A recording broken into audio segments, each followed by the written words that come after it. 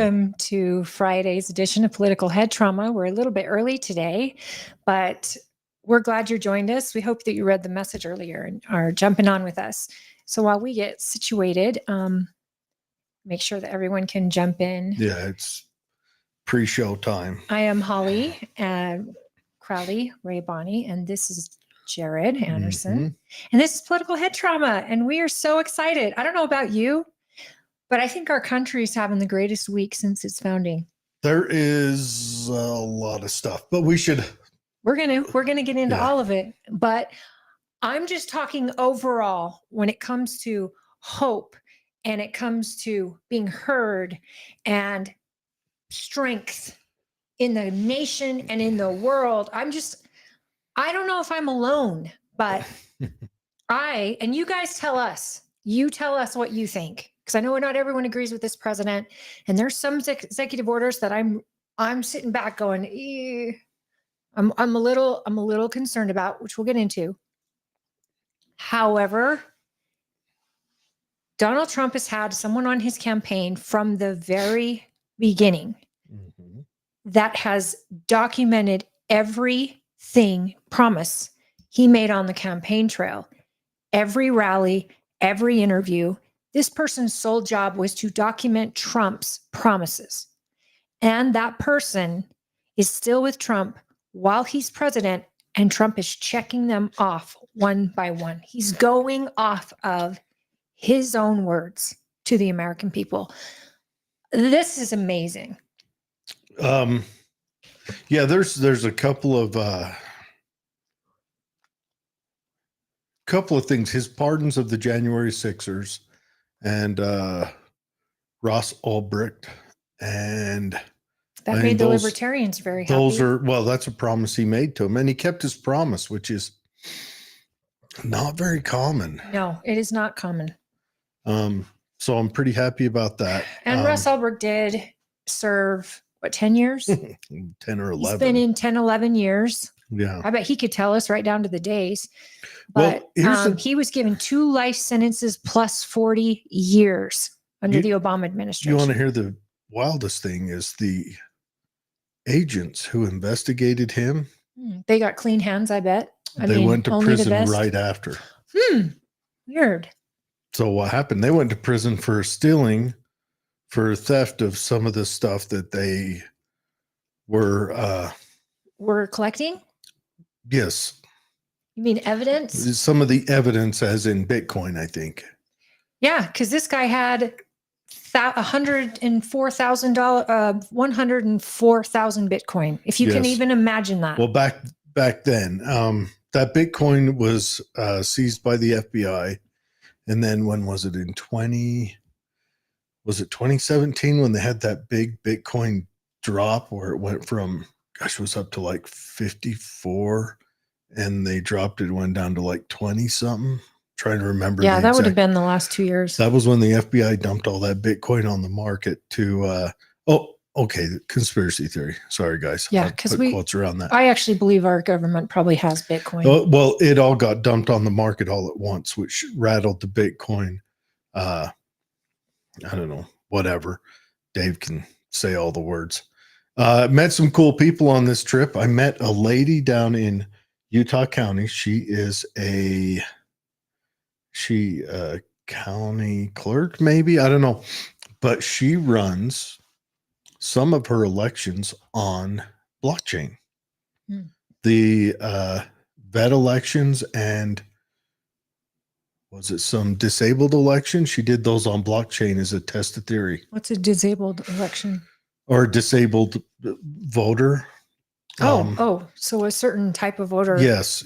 So she didn't do a lot, but she ran it on there as a kind of a test of theory. And so it was, 15,000 people or something. How'd it work? She talked about it. Is she going to be on the show? Yes. We'll have her on over the next month to talk about it. So our very own Jared Anderson was live with his partner Katie, and they went to Washington D.C.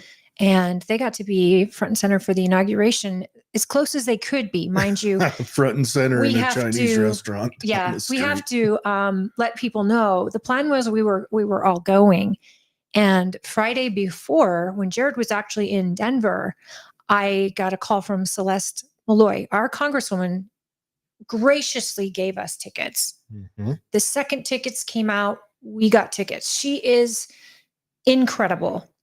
And I end up giving a couple of my tickets to our partner, David Weiss, as well as Ty, our county councilman. Mm-hmm. And I'm just so grateful. So I would like to make this public gratitude moment to Brian, Celeste's Brian Wheat, deputy, chief of staff. He is Brian Wheat. He's an awesome dude, fellow shooter. He's the best. He's going to come out. They're going to come out. We're going to do a spring podcast from the range. Excellent. Can we use big bad weapons? We can use whatever. Let's get some. Whatever you can find in my case over there. Actually, your case that was in the ocean when you went boating? Yeah. Yeah, oh, wait. We don't have to go boating anymore. No. We got a new president, folks. We'll see. I never say that. But let me finish what I was saying. Brian Wheat and Celeste Malloy made it possible for many, many Utah citizens to get to DC. Mike Lee's camp was giving tickets also to people. And so Mike Lee's campaign was very, very supportive. Well, all the Congress people will. I just want to throw out there, and I know Celeste is real quiet about this, but there was this little meetup at the it was Sunday night. There was this meetup at the Credit Union House, I believe it's called. So it's this old house that all of Utah's delegation or group or whatever got to meet up there and get their swag bags. And John Curtis was there, got to speak with him, got a verbal promise from him to come on the show. Yeah, and I've spoken with him since. We'll see how that pans out because senators are slippery things. It's going to happen. I spoke with his campaign manager, and I reached out about the nuclear energy the governor just signed. And that's what we really need to focus on because they are building a nuclear plant. He's committed to come remotely, and he's happy to give us some of his time. And honestly, he actually did a press release. The reason I reached out, because he did a press release for Utah delegates that have requested it. I think the Utah citizen can go in and request it on the email.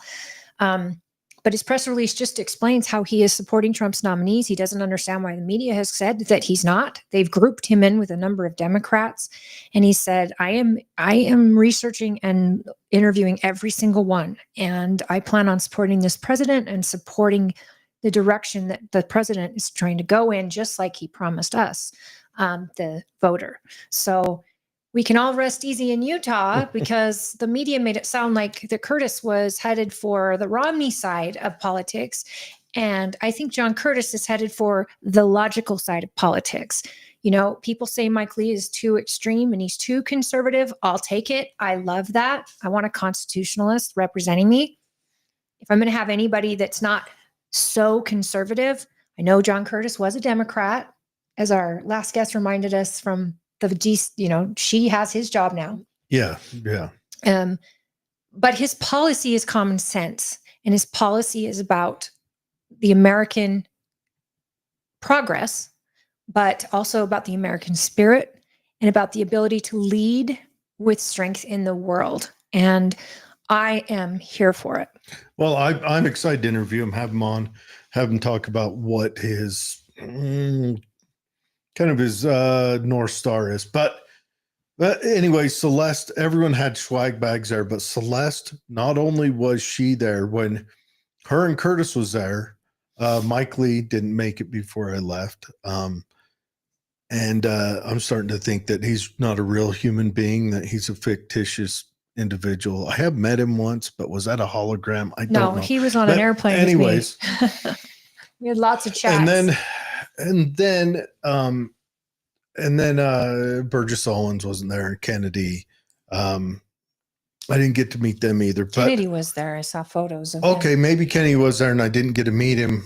I'm bummed about that. We need to get him on. We've never had him or Burgess. But Celeste, not only was she there, but she opened the door for everyone coming there. That just does not surprise me one bit. Yeah. So And, check out the interview that Jared got to do with her Yeah. right after the inauguration on Tuesday. Well, let me get back to this.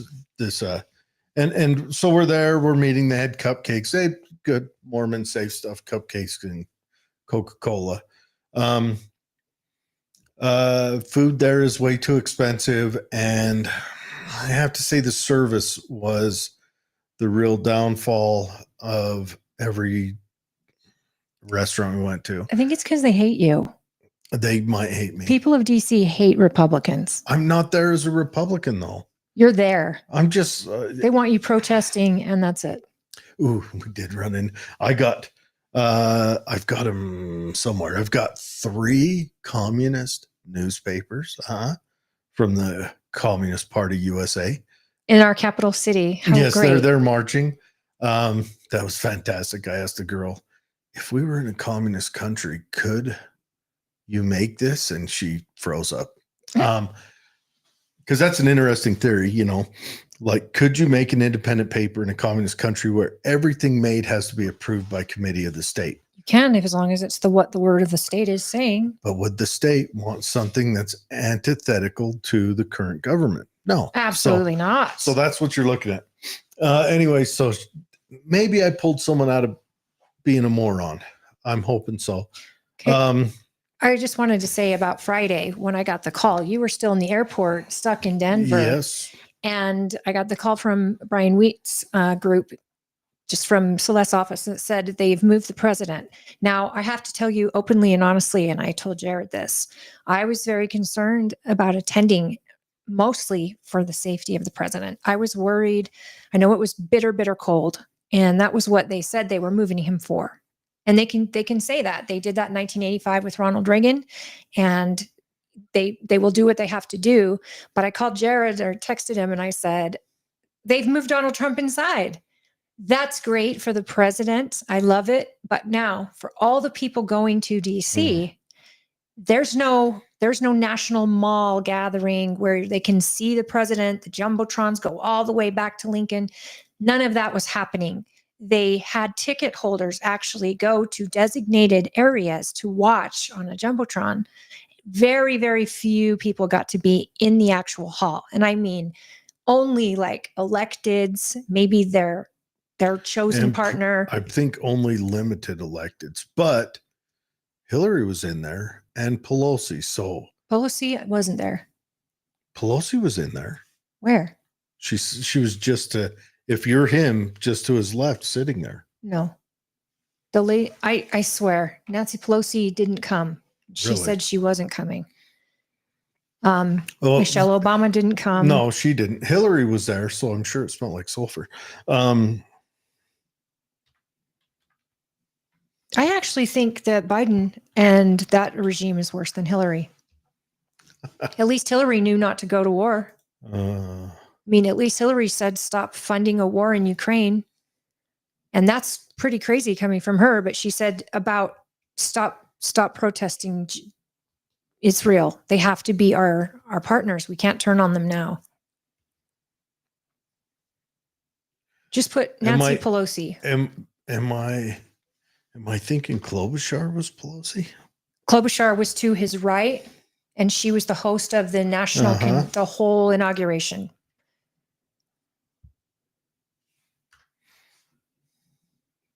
Maybe she wasn't there. Maybe she will not attend. Oh, I was incorrect. Oh, she's in a walker now. Oh, good. I guess. What about that Justice Sotomayor? What about her? Did you see her? I didn't. Oh my goodness. She looks like she's aged 25 years. I know she's been battling with some illness, but man, she talked about retiring under Biden. And so that Biden could select someone to replace her, and she did not want to. Well, Ruth Bader Ginsburg did the same thing. They won't give up any of their power. Yeah. And so they maintain their power, and then it's too late. And then. Well, it's bad for them, but, we may see, my favorite, he may go down this year. He may stop and retire. He wasn't going to do it with who?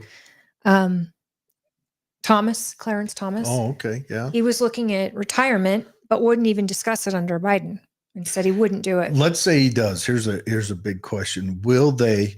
So he replaced Thurgood Marshall. So they selected a black man to replace Thurgood Not Marshall. a black man.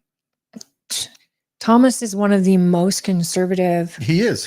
Constitutionalist. He is. And it was open. They wanted to replace. They wanted to continue to give a voice to black people. Right. They wanted that representation, and that was under Bush 1, wasn't it?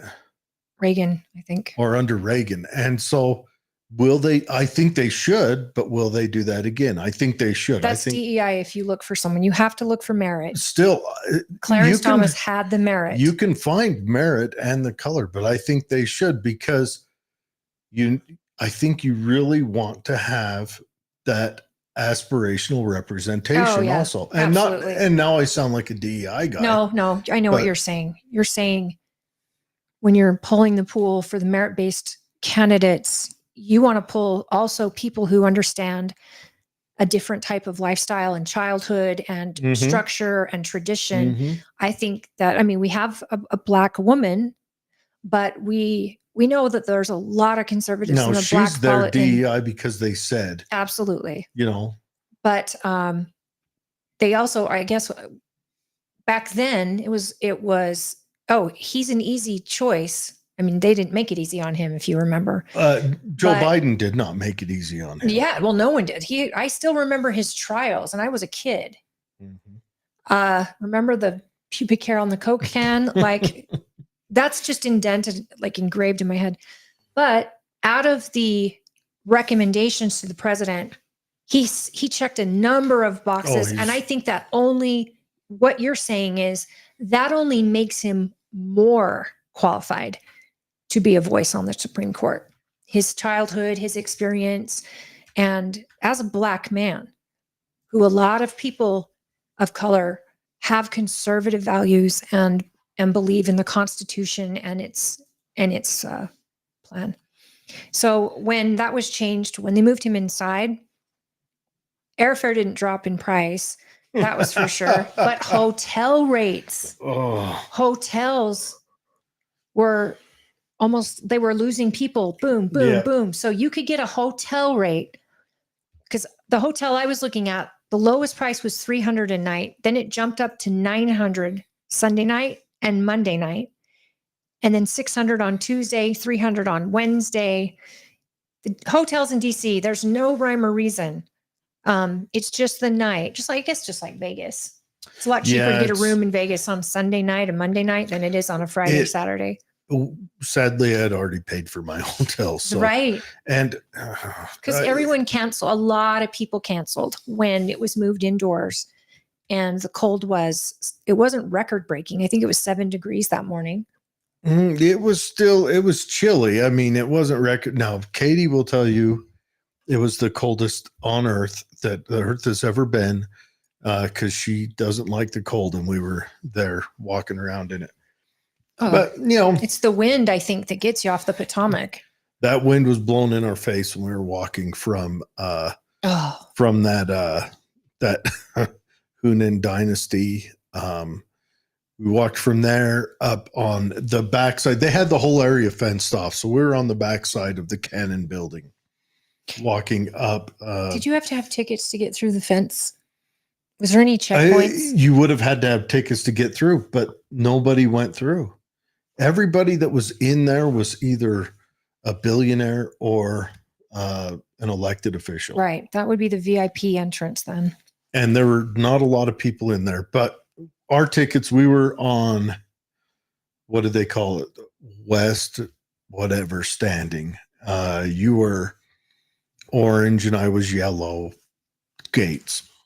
It was a whole setup. I've got your stuff there. I know, he brought me back my you even got hand warmers. So grab that Celeste, white bag. Thank you, but Jared, thank you. Yeah, Celeste built it. She put hand warmers in there because she knew it was going to be cold, and I think everyone was hoping. I don't know if they pulled them in for security. They might have. They had plenty of area cover. Can I just say this? Not everybody that attended got things like this. Not Our even congresswoman made this so special. that's where I was for going. Utah. Okay, back to the credit union house. Everyone else had envelopes. She had bags. Like that bag was inside of a bigger bag. That is so great. She had like swag bags, like hand warmers are in there, little bracelets, the rubber Yes. bracelets. I got an official seal of the House of Representatives. You got actually a couple of them in there. Yeah. It's stickers for Hand warmers, for you to give to kids or bracelets. stick on stuff. Yeah. And thankfully, our local council, a lot of members were there from the council. I think all of our county council was there. Was Kendall and Eric there? Oh, no. Well, no, I don't think so. But I was able to give my tickets to our county councilman. To Ty. And I love that. Tooele County was represented. And then please, if you haven't watched it yet, go watch Jared's interview with Celeste. The sound and is hot garbage. I love that she said you guys didn't plan your outfits, because that's the first thing I said to my husband. I'm like, do you think that they planned this? Do you think she just found a jacket in her closet and said, hey, I'll hurry and match him real quick? Because that was so amazing. Both of them were wearing gold. Black and yellow. Or I was wearing black and yellow. She was wearing a yellow jacket. Let me just say this. Everybody, there's a testament to her as to how her office personnel and her interns feel about her. And they love her. So that's just that. They love her. She is, she's very open and honest, and, and we've made it clear there's times she's voted I didn't agree with her, but she's still going to carry my vote until she decides not to run. Because, unless there's someone that's even cooler than her to run, but she's fantastic. I want to say this, DC, your people are great. I think you need to work on some of your restaurant etiquette. And so many times we got ripped off, but I love the people. DC is the people so expensive. The people were fantastic. Everywhere I went, enjoyed all the people. Now, the coolest part of the whole thing. Oh, thank you, David. Hi, David. After that interview, Celeste's office, Celeste and Brian had to go to do a vote or something. Tuesday after the inauguration. They had to do something. Busy. They had to go vote. But her interns tried to take us over to the Capitol building, but it was closed. So then one of them, he's one of the, maybe not interns now, because he's actually a paid employee now. He took us on. We got a private, maybe possibly not on the up and up tour of the Library of Congress. Oh, they let you in the back room and let you go through the documents? No, we didn't do that because that part was closed. There was nobody else there but us. You guys. Like, we walked in through the tunnels. That's amazing. I've gotten a private tour in the Capitol before. Out of the elevator, but it was closed. Yeah, I got his private tour. And we're just walking around. Supreme Court also in that same way. It was pretty awesome. And he snuck us over there. We got lost a few times on the way, but I don't know. It's pretty cool. You guys reach out. If you're going to DC with your family, I tell anybody this, reach out to your congresswoman or man and let them know you're going to DC. When I went, it was during COVID, and you had to get a congressional recommendation to get into the White House. And it was Trump's White House. And I reached out to Stuart, and he got us in. And I was with a group of law enforcement officers for the police officer memorial. And then one of my dad's very dearest friends and oldest friends is a retired Capitol police officer. He took us in after we did the tour of the Capitol with Mike Lee.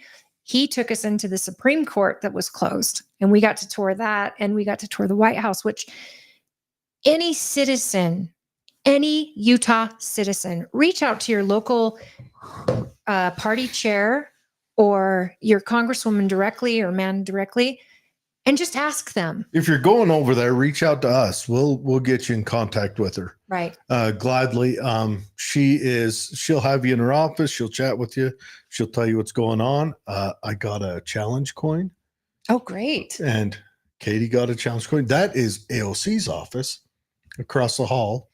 So if you're listening at home or watching, AOC is a wall of Post-it notes directly across the hall. But good buddy Dave put a never forget sticker on the wall. It's right about there, and it's still there. But right across the hall, and no one's ever seen her. Oh, they've met her interns since the bathroom incident. I'm sure she hasn't even been there. No, I don't think she protested that. I don't think she's obviously not a representative of her district. She's a representative for socialist Latinas. The left. Yeah. Just social justice. She's got the trans flag and the American flag, but not anymore. That's been banned. None of those flags can be in federal buildings. Really? I want to see that happen. That executive order was signed. But yeah, it was quite cool. I would have liked to have watched the inauguration. David, did you can you tell me, do you know how much Bitcoin what's his name was arrested with initially when what's his name? Albright? Ross. But it's Albright? Albrecht. I think so. I thought he had like 140,000 Bitcoin, but the government took it. And now, I mean, you guys, this is like when Trump says it's we're going into America's golden age. Oh, I hope so. Okay. Over 100K. Yeah, it was seized, but we're going into the golden age. And I just feel that more than ever. We've got the World Cup coming. We've got the Olympics coming to our country. We've got our bicentennial, is it bicentennial? 250? Yeah. That's coming up next year. And all of this, hi, Patricia.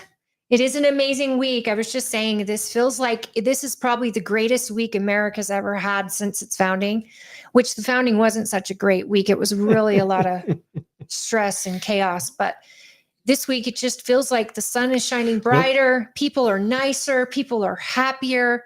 This kind of reminds me of maybe like when coming out of Carter's slump and Reagan gets in. And this is when the news really first gets spicy. So the news come after Reagan for all the homeless people and all that. And that really had nothing to do with Reagan. That was all JFK. JFK, when he was a congressman, passed those bills that closed down all the mental institutions that caused homelessness to explode. Right. And that was because of his sister. The lobotomies were what trans surgeries are now, in my opinion.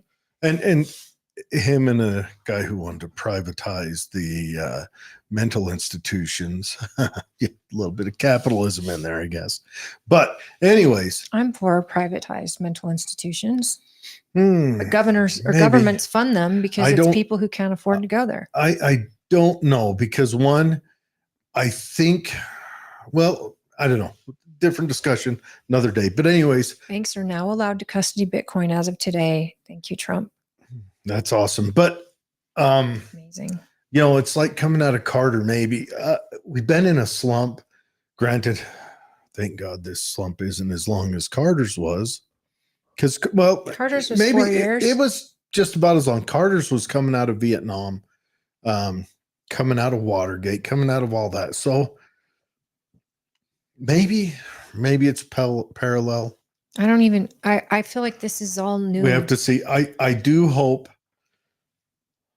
I don't know, this is higher political theory, but this post-World War II liberal economic order, maybe it has served its time and it's time for it to end.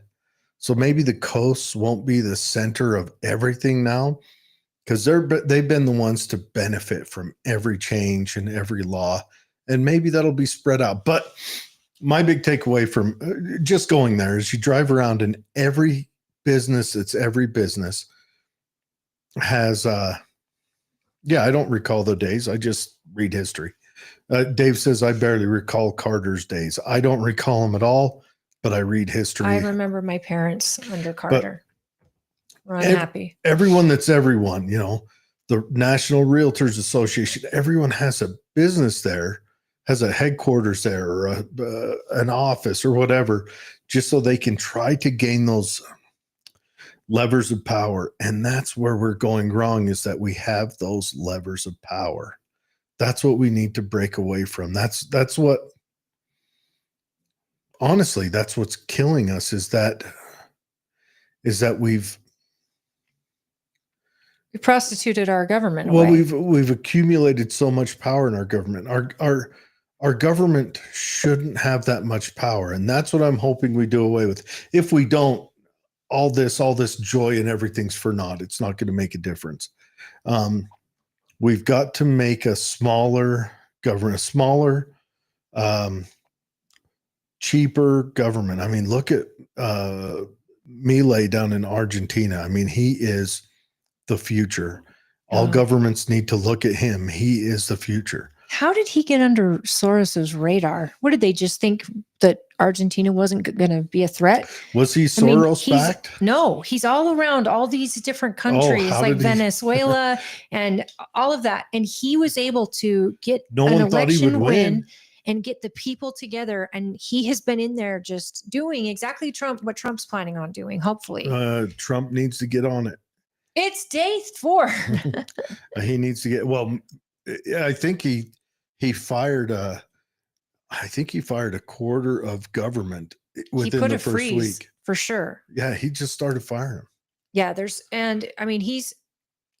when he made the executive order that they all have to come in, there's no more remote working in the federal government. A lot of people quit that day, and the people that came back, that every department head has been tasked to go in and figure out who is essential. Like, it's not about the people, it's about the work and what is needed. I can only imagine. I can't wait for them to get into the IRS. Do we need 80,000 armed IRS agents 2 years ago? And the ATF head, he quit. Stephen Diddle in the back.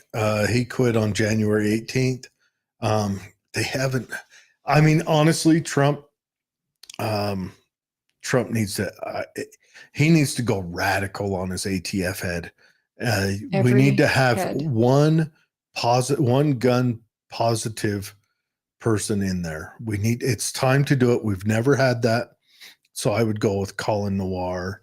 That's a tough one, because Trump's not necessarily the most gun positive person, and they don't want to make him angry. But at the same time, Trump has to know this time around that the Constitution is the way. Well, and the Second Amendment is not going anywhere. So he needs to get someone in charge of these departments that feels the way the American people feel about their guns. We've always had gun negative guys in there. Yeah. Let's try a change. For an FBI guy, let's, put a guy in there who, we haven't had an actual law enforcement officer in there. We've always had lawyers and politicians. Let's put an actual cop in there. Let's put one of those freshman agents who didn't see all of the ridiculousness, but signed up to be in the FBI because they believed in it. And I would find someone who is apolitical. I would find someone who, like, if they look into him, he's never been registered as either party. That's going to be hard, because your job as an American citizen is to vote. That wouldn't be fair. You don't have to be registered into a party to vote. Yeah, but what if he's 18 years old and his parents were Democrats? Of course he'd register. No, I would find someone that's apolitical. I would look around. Whether it's hard or not. We don't do these things because they are easy. What you're saying is, though, you're putting less people into the pool when apolitical, let's start with someone who doesn't outwardly talk crap about the political administration they're working for. And I don't care which side it was. Start there. Somebody who doesn't engage in political conversation, or shut the FBI down. Then you don't need one. So I'm good with that too.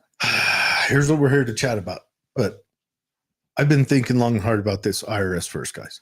So let's we don't have very long. We got like an hour and 15 minutes left. So let's get into his executive orders that has everyone up in arms. And we'll just read the ones right off Trump-friendly Axios. Because I think no matter what they say, we'll enjoy them. Okay. Trump declares a national emergency at Mexico's border. Are you being sarcastic about Axios? I want to read from. Are they Trump supporters? Oh, no. Okay. I didn't. Okay. For I those of wanna us read from- that are a little slow on that, he's being sarcastic. I want to read from the anti-Trump one because no matter what they say, I think we will be able to point out the positive. National emergency at Mexico's border. That allows more availability for resources and special circumstances to be taken down to the Mexico border. I'm hoping that I don't know what it will do to stop fentanyl. I'm hoping it'll slow it down, but I don't have a lot of faith in stopping the drug use. I think the biggest armament against drugs we could have, sadly, it's a long-term plan, but it's to have a wealthy, successful economy. Amen. That's the only way to defeat the drugs. Because That's how you defeat a lot of our national problems. Because the fentanyl, if they can't get the fentanyl, they will find another drug. They will find another escape. Heroin. Even if it's just hardcore alcohol use, they will find it. So we've got to have an economy where more people find success, more people find security, more people find pride. So hope, right. That's how we defeat that. But that being said, we are dealing with Tren de Aragua, MS-13, all those, and also I'm a firm believer that China has been sending special forces over here for the last 4 years. We've seen it. We've seen it in the footage of people coming across. I'm a firm believer in that. And that is at least we've seen military-age Chinese immigrants coming across that border in large groups. And no women, all males. Where are they at now? Where are the 300,000 kids that were lost at this border? Yes, that too. Those kids sadly have been trafficked. Joe Biden, you have allowed children to be sold into slavery. And I hope you have to answer for that one day. So he declares a national emergency. Now, these words, national emergency, they get me a little bit kind of, that puts a lot of power in the hands of the president. It does. In the government. But deploying the troops to the region, I'm all for it. And it is also a national emergency. It is. It absolutely is. Just for the lost kids, it is, let alone the fentanyl, the Chinese special forces, the gangs, the drugs, the porous border, the guns, the burden on our, the guns went the other way, but the burden on our I know a lot of weapons came over that border that were designed to hurt the country. Sure. So I'm thinking guns, bombs. You're thinking bombs. Invisible bombs. I'm thinking, mass casualty devices, but terroristic general threats. guns, those generally went the other way because Mexico has that lockdown, or Mexico thinks they have. Mexico is trying to have that lockdown, fast and furious, but and the burden on our tax base and our right there, the economy, social security system, healthcare, not our social security, but all of that. So it says nearly 1660 Afghans cleared the U.S. to resettle in the country, including family of active duty U.S. military personnel, had their flights canceled following Trump's orders. I feel so bad. Yeah. The app was turned off on Inauguration Day. They're cleared by the U.S. Tell me more about what's going on there. Wait, I want to talk about this a little bit because if you are on X, especially, I was on X for maybe an hour today, and the videos of our troops at the border, they are building the wall, and they have been assigned, as has ICE, been assigned shifts 24/7. So they're building the wall at night. They're building the wall in the morning. They are nonstop. They are reinforcing the wall. Get on X or TikTok and look up border wall, and you will see our troops are down there. I love this for our country. Every country has the protected borders. Every country in the world but us. So this should not piss anyone off. Yeah. What happens if one of us go into Canada? You can't. And especially if you've ever committed any crime in your past. If you have a DUI, you cannot go into Canada. It's the truth. Unless you're super wealthy. Well, that's true too. Trump also ordered Homeland Security to terminate all categorical parole programs that are contrary to the policies of the United States established in my executive order. I guess they're just that's going to be what they did with Haiti under the Biden administration and Obama administration, where they allowed all these people come over on the parole program from Haiti. And these people just got automatic acceptance into the country, and they don't have to obtain or require any good behavior, any productive job. We're not taking your criminals. Of that. We're not. And then, well, some of them are getting swooped up that aren't criminals, but if they associate with criminals, ICE is taking you. So Good. If you are not a legal citizen of this country, I suggest you do not associate with criminals, period. Because ICE will not have a reason to come to your house. Don't get wrapped in with that crap. And if you're a criminal, stay home. Remain in Mexico policy is back. Wait, one other thing. Oh, go on. Governor Cox turned over 200 criminal aliens this week. Ooh. Good. Governor Cox has said he will definitely be cooperating with ICE agents, and the jails and prisons will be turning over. And he did it. He did it this week. So for those of you that don't like Cox, he also did a declaration of nuclear energy. So Utah will be leading the headway on this, on nuclear energy. And if you guys know us, we are all about that nuclear energy, because that not only is groundbreaking for the country, but for Utah. Mm-hmm. For Utah's energy, that is unprecedented of what can be done. Yeah, we need and cheap then we energy. Can sell it outward to other places. We need cheap energy. So that's another pro for Governor Cox this week. Good. Now, granted, this might be I hope Cox does come on one day to talk about this, but Cox may have also been immigrant friendly because he got money from the federal government to be immigrant friendly, and now that money's off, so it might just be I think real the mandate politique that happens. I think the mandate of the American people were the end game, because I know the church is very, very accepting of immigrants, and the government was being very helpful with immigrants. But I think what our elected saw was the vote from all of you. People came out, they stood in line for hours, they registered, and it was an amazing mandate put on by the American people. So if every governor in this country doesn't at least give that some credit and maybe listen a little bit, this should be the last time they're ever elected. And I think our governor definitely heard it. A Republican governor has to listen to that even more, because that means Republicans are what put him in there. I've said this on the show before. I only ventured out to pray that we would win, and we would win big. But I have said this, and I'm not alone. I'm looking at every Republican in DC right now. And if our party is the reason that Trump does not get this country back on track, I'm walking away from the party.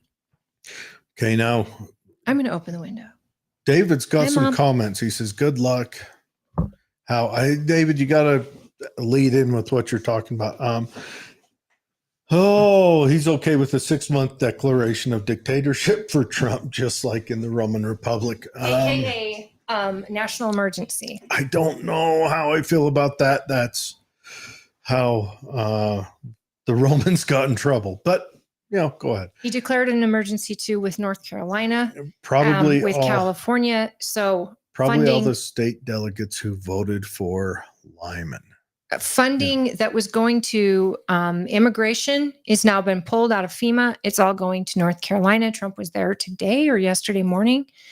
and he's already been to Los Angeles, and he's going to go back. But he's put a moratorium on any money going outside of this country to other countries. So we're not giving any money to all these other countries until North Carolina, Florida, California, Hawaii, Tennessee are doing okay. Tennessee, yeah. So he's made that absolute policy. Why are we sending places to help other countries, and our country is suffering? Our Americans are suffering. We were sending 87 million a week to the Taliban. Drink that in, boys and girls. Anyways, so Remain in Mexico's back. Best, the ultimate design ever that just says, it's just a message that if you're trying to get here and Mexico is in the way, you apply in Mexico first. Mexico has agreed to take him and cooperate with the president. Birthright citizenship. That is the, 14th Amendment. It's been argued both ways forever. Have you read the when that was actually discussed? I have. And the content and context that it was written in? It was so that freed slaves had a country. Yes. And I think if they were born here, they should have that country. Times have changed enough that now we need to update that for the living constitution that the left loves so much. Can I just say, though, that as far as this issue, I heard someone on TikTok explain it like this, and it really struck a chord with me. Oh, and TikTok's if someone comes into your home and gives birth in your living room, should they be able to have a portion of your home and rights to your assets? That's right. I think we should make it people who have permanent residence here. Or green cards. If someone's got a green card working towards residency. I would put it on a continuum that if they attain residency, the child that is born can then carry citizenship. I wouldn't put it so that just someone had a green card, because what if they get an education green card, they keep re-upping it, and then their child gets citizenship because this Chinese person, the CCP paid for them to go to physics school over here as a spy. I mean, that could be that. David says it's up to the Supreme Court to interpret, and I'm here for it. I want the conversation to be had. My husband wasn't born in this country. But if you're born overseas, you don't get to be a citizen of the country you're born in. That's not how countries work. And so United States needs to get back on and look at what our policy is. And is it fair? Is it fair considering what the world's policy is on it? And, my husband is an American citizen because his father was an American citizen, was an American soldier. And he was born on a base, which is considered American property, but he could have had dual citizenship because his mother was a citizen of Germany and also America. But this is the thing. Any other country doesn't allow this, folks. So you're not doing anything that you can't go to Mexico, give birth in Mexico, and have a Mexican citizen. That's not how it works. So why should it be reversed? Declaring the drug cartels before we leave the border as terrorists, making it so we can use military to stop them. And we should. Now, does that mean we're going to be invading Mexico? Well, did we ever plan on invading Afghanistan? We go where the terrorists are. And these terrorists are affecting us. So I don't want to invade Mexico. I don't want to invade Canada. None of that. I do not want to see us take over the world. So Greenland, there's 45,000 people in Greenland. There's half those people are the size of our little county. So there's not a lot of people, but I think Greenland is a really huge asset to America, and they should at least be working with us. But this drug cartel thing and all of that, if they're coming to the border, at least our soldiers are on the border. And I think the rules of engagement maybe have changed for our military. to start taking out these terrorists. What, oh, man, that's a complicated feeling. What does it look like if we start sending special forces I'm here for it. towards cartels? But and if I'm the government of Mexico, maybe I start thinking to clean up my own backyard. yeah, they've tried. Well, maybe they'll feel more empowered to do so with the United States also doing so. Yeah. I wish Mexico the best of luck. I just wish I'm happy if they matter become of a fact, territory. That's what I'd like. Here's what I wish. Any child of Iberia country, I wish you the best of luck. All right. Energy and environmental executive orders. Okay. These are big ones. National energy emergency has been declared. Ordering expedited, deregulated drilling. Drill, baby, drill. In the Gulf of America. Naming it the Gulf of America just overrides anything that Biden wrote about the Gulf of Mexico, because right before he went out, he made all these regulatory laws that can only be removed by Congress, and saying you can't drill in the Gulf of Mexico, you can't do this, you can't do that. Yeah. And now naming it the Gulf of America. And you know who did this first? I think was DeSantis. He said, great, well, I am going to do this and this in the Gulf of America. And that's how he got to get his orders put through for the emergency work during the hurricane. Good. I want to see it happen. Also opening up some Alaska drilling and Alaska energy production, which, I hope that this won't be abused. I'm not saying it will be, but I want to see, we do need to produce more energy. We need to get to that point. It's time for us to move into the next industrial revolution. It's on us, and we've got to be ready. If we don't, someone else will, and then we will be that fallen country like England, who its people are just fodder to feed to, or Germany, whatever their crippled their Russia government officials want to feed them to.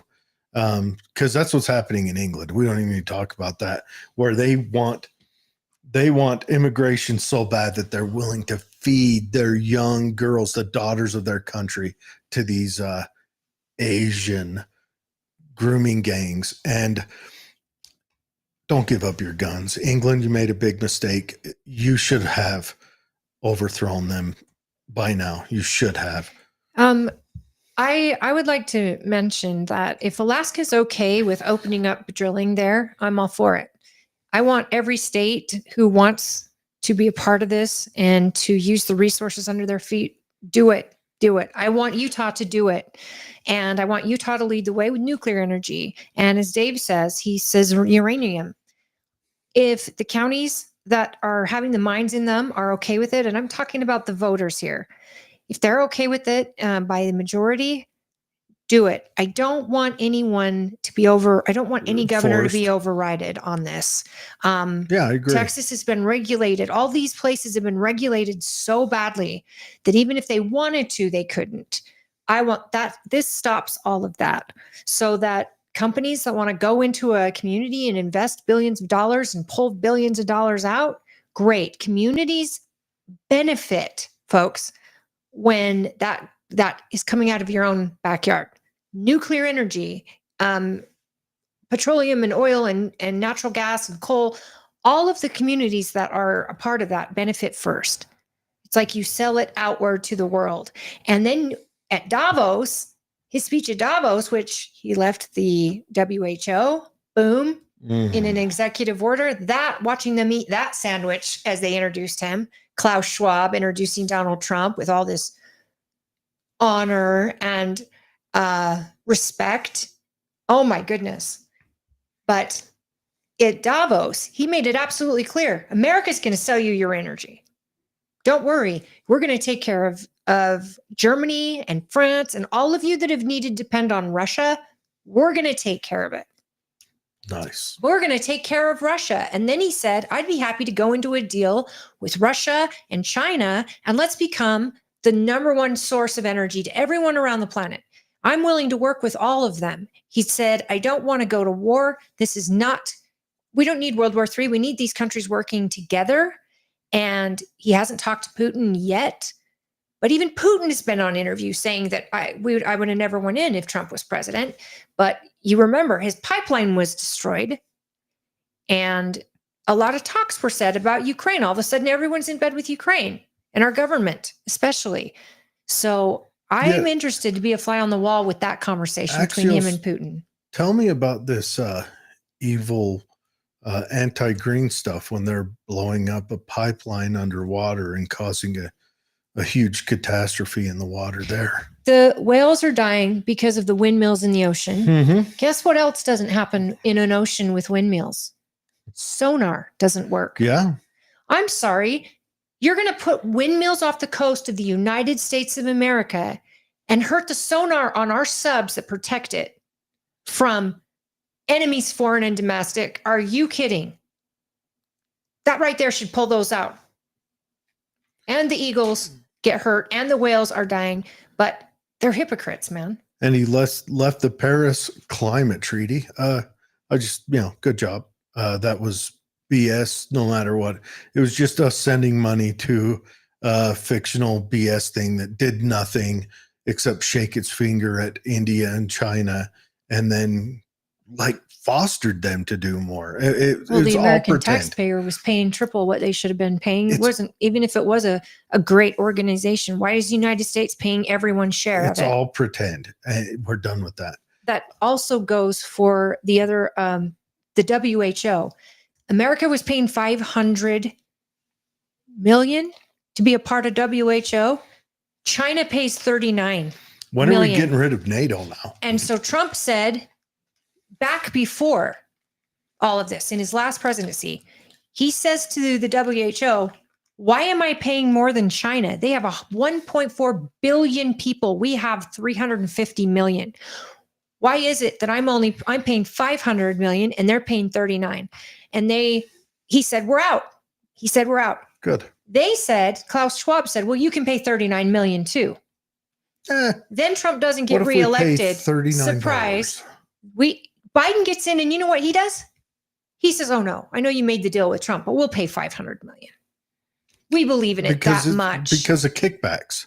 Absolutely. It's all corrupt. So when Trump did an order to pull us out of the WHO, there's another thing I'm a little worried about. I love it that Japan has brought in $500 billion into the country for the AI programs and things like that. I'm here for it. Let America take over the planning and development of AI, and let's make it a good product that doesn't take over someday and kill us all.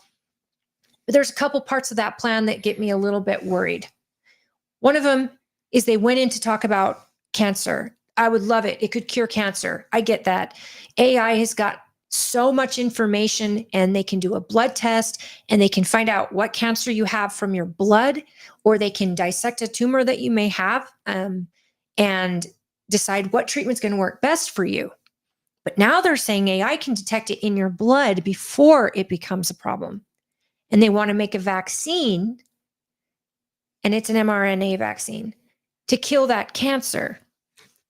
That got me, because I said right from the start, I don't want mRNA vaccines. That's where mRNA is going. It's going into the fighting of cancer. I said that from the start in 2019. Right. And right now, there's not enough research on mRNA long term. Sure. But there are doctors who believe, the guy who created the mRNA vaccine has said on X, this could very well cause cancer. Could. It tends to pool in certain organs that you have, and the body keeps fighting, and you will develop cancer potentially from it. He said no child should ever get an mRNA vaccine. And most adults, it was only designed to treat cancer in terminally ill people, because those are the people that were willing to take it and be studies in hopes. They the AI could learn from it. The doctors could learn from it, and treatments could be developed for future people. It's still young technology. We don't know where it's going to be, but I said that from the start. I think that I had a theory that maybe all the pharmaceutical companies that got on there and got the government to pushed it on us as a test of theory. I don't think you're wrong. I really don't. And that's so, but I'm not pro or anti. But they needed a president to mandate it quietly to businesses. So that Biden never said he mandated it per se, but he did. Oh, he didn't try pushing it through OSHA? Reinstated it. Oh, they put it on every military person. And if you watched that inauguration, Trump said, I am going to rehire all of the military that was let go, and I'm going to give them back pay. So I hope you guys kept up on your PT for the last 4 years. Because you guys, I think we're going to see a big, big boost I'm hoping, in our military enrollment. I hope that there are people who want to serve this country and soldiers are supposed to kill things and break shit. Let's just be honest. That's their job. And in the last 2 administrations, they weren't allowed to do that. So they were sent to places and they had to do this and this. And it wasn't, they're always we'll rebuild and we'll do this. But they were always controlled by a guy in the White House and his departments that it was almost like, let's extend this war and break a lot of stuff, but we're going to come back and rebuild. But let's keep this going as long as possible. Soldiers aren't designed that way. They're designed to go into the target, kill and break shit. That's it. And I think that Trump is going to take that collar off. And I think we're going to have the best military this country has ever seen. And I hope a lot of people, young people, get ready to sign up. And I'm hoping it's not at the threat of death. I hope it's at the growth and protection of the United States of America. That's what I hope. We don't need that stuff anymore. Yeah. Now, here's how Axios puts it. Executive orders targeting DEI and transgender Americans. No, he's just shutting down DEI. Hi, Fred. As the means for hiring people. Oh, it's he's more than it's more than just talks, guys.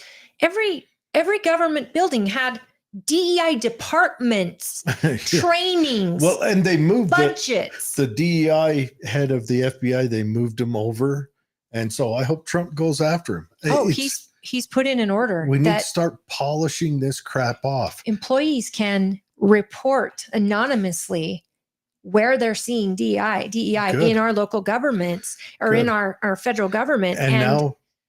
And now you need to pass that down to colleges. Any college who has a policy like that shall not receive federal income. That's it. Or state, because our governor also has put an end to those. And now our programs. state, but I would allow states, if a state wants to, let's say. I mean, state funding. They can pay colleges who want to have DEI if they want, but our state. Our state, yes. Our governor has said, we are not allowing any more DEI programs and we're not going to give money to people who do. Yep. Another win for Governor Cox. Trump ordered all executive departments and agencies to terminate what he called discriminatory and illegal preference policy programs, guidance, and other provisions to combat illegal private sector DEI preferences, mandates, policies, programs, and activities. So I think what that means is that when a bid is put out, they can't look into the company's DEIs, the contractor or prospective contractor's DEIs policies to see if that meets their needs. So that's good. So this is kind of like the social credit score that was killing everybody and hurting everybody. And you couldn't get a federal contract if you didn't have Mulvaney as your Bud Light agent. What was that guy's name? You couldn't get contracts. So guys, this helps open up businesses to not have to put all this stupid money into departments like that so they can get federal government contracts.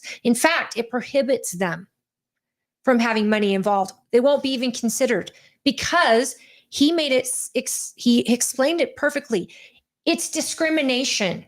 Yep. It's absolute blatant discrimination. And if it's not against a person of color, it's a discrimination against a white person or a person of color if they're not following these DEI mandates. Well, once the person of color was overridden by a transgender or a transgender three spirit, or did you mean to say transgender? Yeah. You just won the day. Or I have webbed toes, whatever. I don't care.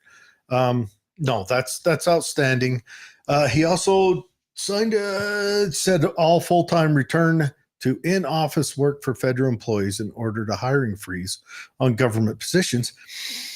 I want to know how many of those return to work people quit, because we might have made the government smaller by a percentage just doing that. It worked at X, at Twitter. Yes, it did.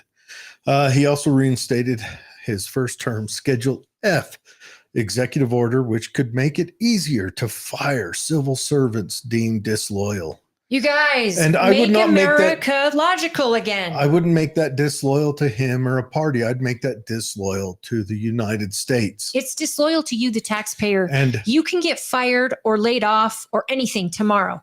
You are this valuable to your company, but they will replace you, and they will replace you quickly.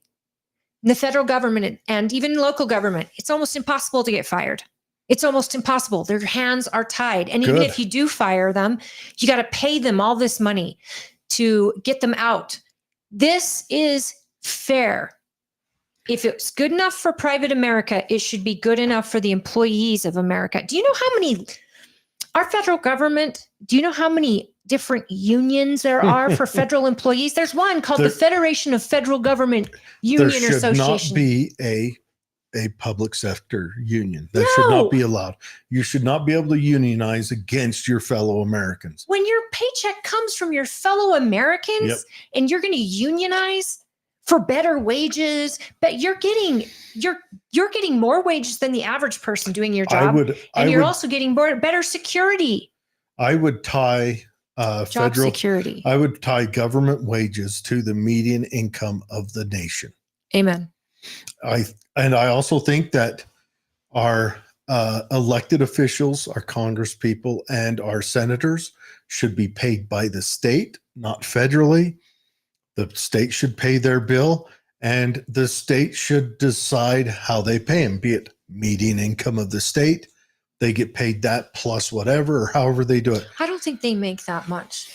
But doesn't matter. It should still be the state, because the bill up to end insider trading in the Senate. Yes, I want you to hear this. What if the median income of the state was what? 44,000. Celeste made. So 44 plus 10%. Let's call it that.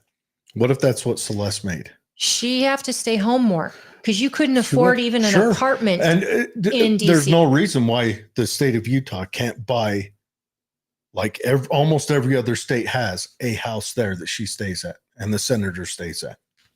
But that is brilliant. Just like a governor's mansion, only it's the Utah. Seriously, there's a Florida house housing. There. That's actually. There's a Tennessee house. Why are we doing that? But also, I want you to look at this. That's brilliant. I want you to look at this. Also, Utah can pay her travel, but that's her wage. She keeps none of that.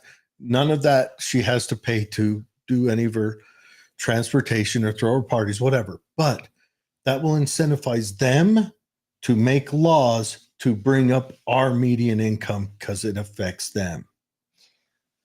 I like where you're at, but $150,000 a year isn't that much, as long as if our electeds were staying home and working out of their, you've said this before, work out of your jurisdiction, and vote, remotely. I love that. Keeping senators at home. Let's hurt DC a little bit. Let's take some of the money out of DC, because I bet that $150,000 is going to live there and going to, go back and forth. So I wouldn't want to take their pay to that yet, but I can see what you're trying to say as far as, or it could be, let's just have the state controlling that. Median income doubled.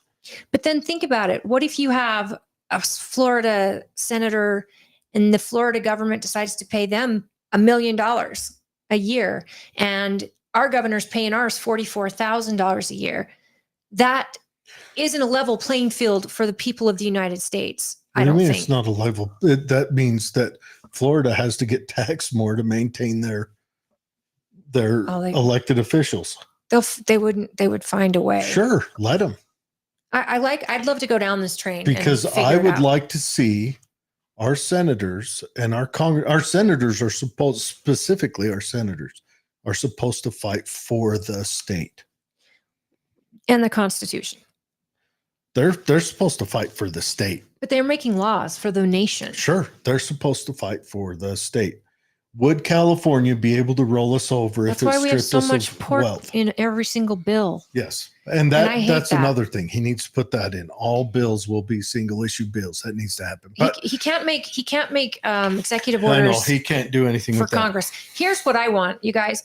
There are so many executive orders, and we're going to go through more. But at the end of the day, we've got people like Celeste who's looking at this list. And now her and other Republicans and Mike Johnson are trying to figure out how to get these into law or how to pay for them. The Senate is getting them into law and the Congress is coming up with money. Our Congress, including Celeste and Utah's Congress, they preemptively voted. Remember, when she made that vote that pissed everybody off, that vote is the reason they're building the wall right now in Mexico. Day one. Mm-hmm. Day one. Our federal Republicans right now have secured that money, had secured a lot of different areas so that Trump would hit the day running. And now, when I think of that, if he wouldn't have won, that would have sucked. But the money was designated. Mm-hmm. And that's what Celeste was telling us when she told us why she voted for those bills. And that, to me, has come to fruition this week. Still carry heartburn over that. But here's the deal. Right now, these senators need to make laws. And Thomas Massey just put one up. I think it's Thomas Massey. Yes, he's a congressman. Oh, no. Then it's a senator. It's the other guy. Oh, Hawley. Okay. I should remember him. He put a bill in today for the Senate, and he's in committee now, talking about banning any congressman from investing in stocks during their service. Now, his bill was up for amendment. He said, I'm happy to take your amendments because, Rand Paul said, what are you going to do about people who come in here and they're business owners? Their business is publicly traded. You can't tell these businesses owners, these CEOs, that they can't move their stocks around. And so there will be amendments on this bill. They have to assign someone to handle that business while they're gone. And I think every congressperson, every senator's phone transmissions need to be recorded. We need to turn the NSA over to recording that. We need to be able to, I don't care. That is a voluntary job. Okay, I'm going to add then. That is a voluntary job. This most important part. That is a voluntary job. When I became a private in the U.S. Army, I lost a whole bunch of rights, including my first, my second, my third, my fourth. Well, my third. That was kind of was that a big one for you? Gained. But I lost all those rights. I could not own a firearm as a private. I could not say what I wanted as a private. That is a voluntary job. They need to know going in that you will lose that right to trade money to become vastly wealthy. That is a you guys, it's happening every single day. They're prosecuting government. They're prosecuting American citizens every day for insider trading, and they do it daily. Look at how many politicians, and he brings this up when he's discussing this with the committee, how many politicians, when COVID was happening, before the shutdowns, that went all in on Big Pharma before the vaccine was unleashed. On Zoom, and they went all in because they had information before the American people. And I'm going to do one step further than even he suggested. When I worked in radio, if one of my family members won a radio drawing, they weren't able to take it because they related to me. This should go out to their spouses, their children, their parents, because it's a voluntary job. They have information that you and I are not privy to. Not even the best, richest people in this country are privy to that information. It's a voluntary, as soon as they are. Guarantee that Lizard Pelosi and that God rest her soul, Feinstein and all those other the Republican ones, they're all hanging on to power for as long as they can, so they can build that war chest for their kids to remain rich forever because they get to do it. No, we need to strip them of that. You are supposed to be a servant. Period. End of that discussion. You're not there to get rich. You're not there to steal from all of the people. Done. That's it. And to go back, David says, I'll never forget when they herded all the Dugway employees into the school gym to do a transgender acceptance tolerance class. Fred says, what? Holly and Jared are agreeing this week? Ha! See what happens when Trump is president? David laughs. We should have our delegates cast our congressional vote. That's what David says. Fred says, Holly, I hate that you are winning me over on Celeste Malloy. I've enjoyed her past positions. And Dave says, what about Bitcoin? This I love, because Bitcoin is just like the stock market if you think about it. For these, but it's not, because I can, as a congressman or something, I can buy bonds that reinforce the American dollar. This is a currency. Well, they should be able to purchase it, but I also want Bitcoin to stay independent of the federal government. Here's something that you can do. You can add for congressmen and senators. They can sign up for any plan that any regular federal employee can. Well, no, I wouldn't put it like that, because any federal employee can sign up for extra stuff. Yeah, I would say they can put it in their TSP, thrift savings plan.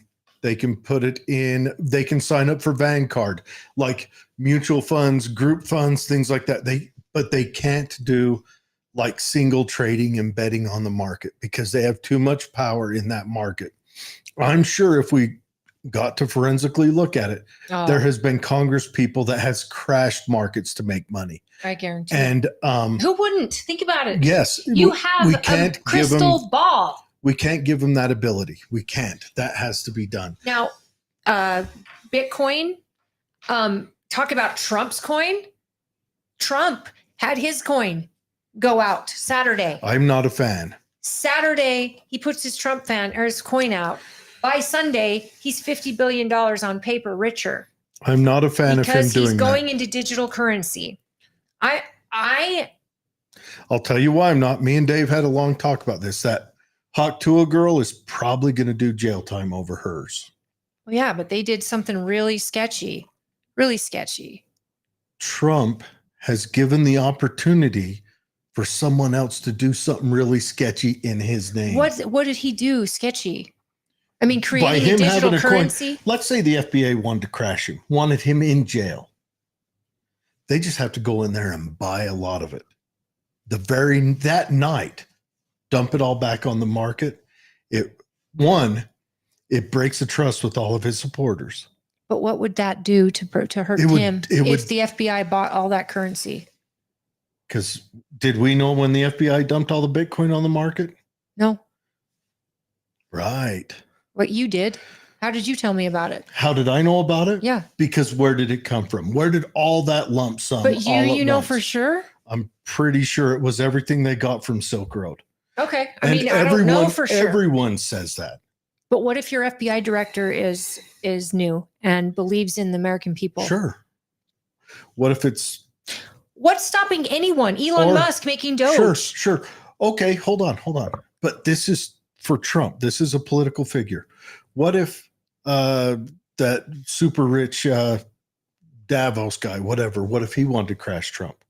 He's got the money to buy a whole bunch of Trump coin. Sure, but again, and then the next day he could turn around, dump it on the market, because you can dump it on the market anonymously. It's just a big lump sum coming on the market, crashes the market. Everyone that trusts Trump and bought into that lost their butts. Well, this brings me back to Trump Steaks and Trump's College. I mean, it's a brand. He's a brand. Then it hurts Trump's image. And also that Haktua girl, because of that circumstance, when I guarantee she wasn't the one that dumped it on the market. No, but again, this is because she couldn't find her butt with both hands. She's going to go to jail for that. He doesn't have to run again. He wanted to make a memorable coin and get into the market. I get that.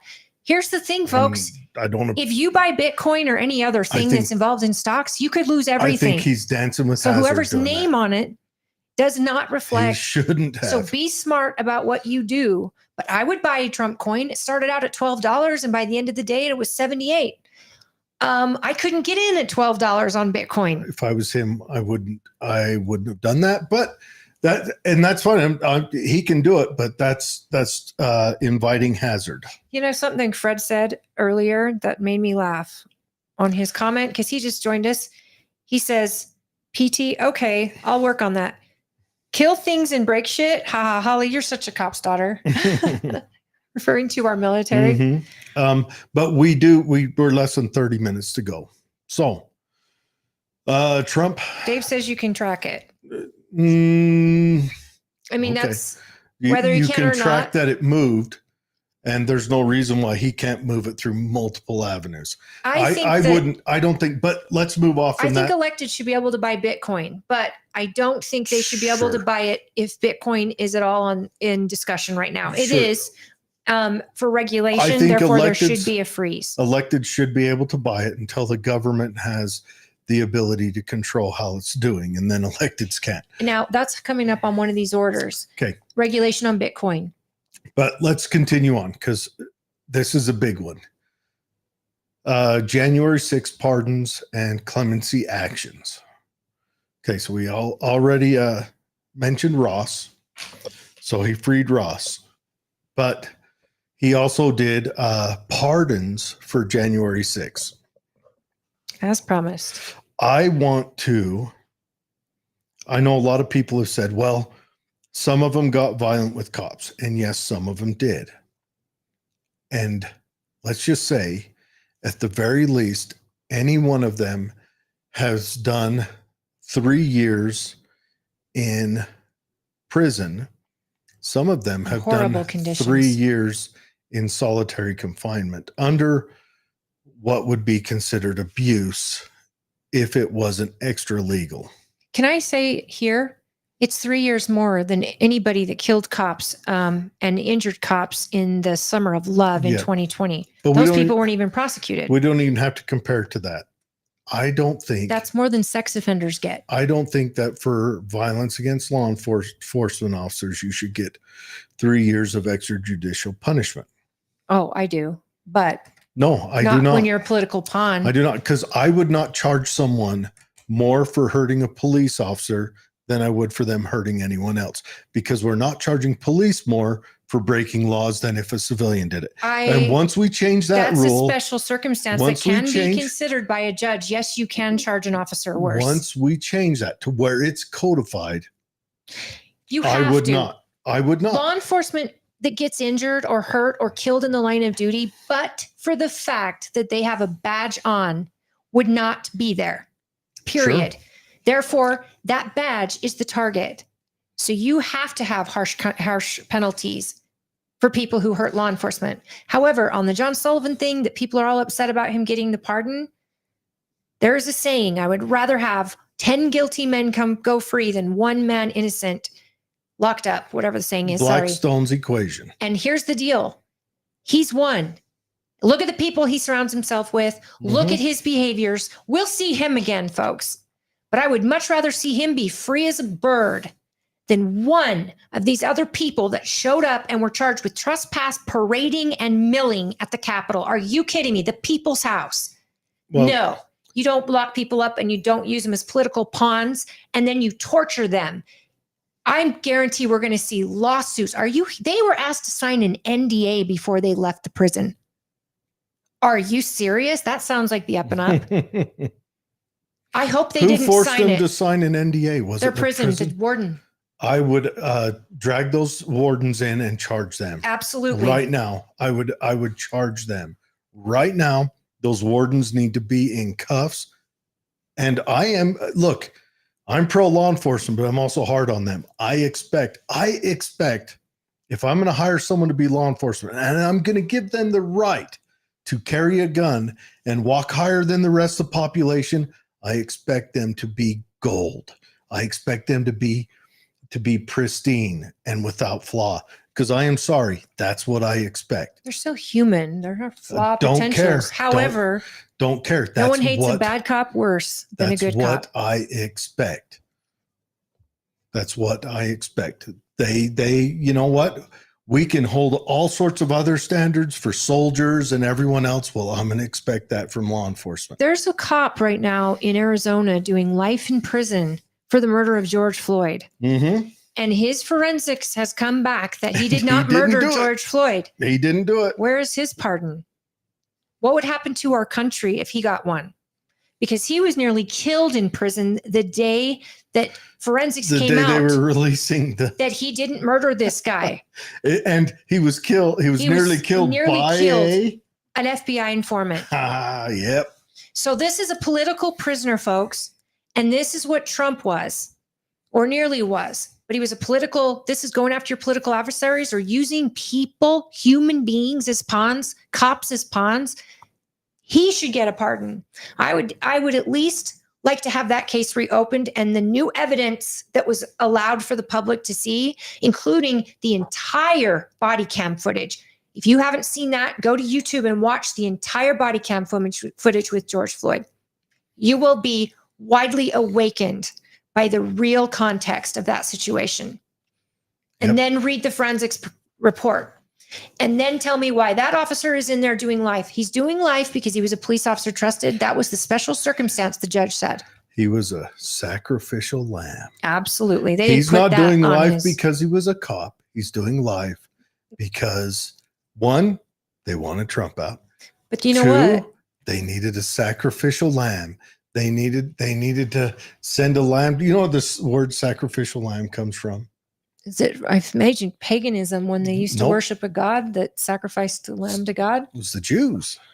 Yeah, the Jews sacrificed a lamb to God. Nope, they didn't sacrifice. They would take a lamb and they would put if they were having a bad harvest, whatever, they would say all the bad things that was going on and everything else, trying to get right with God. And they would say it onto this lamb and send the lamb out into the wilderness to die.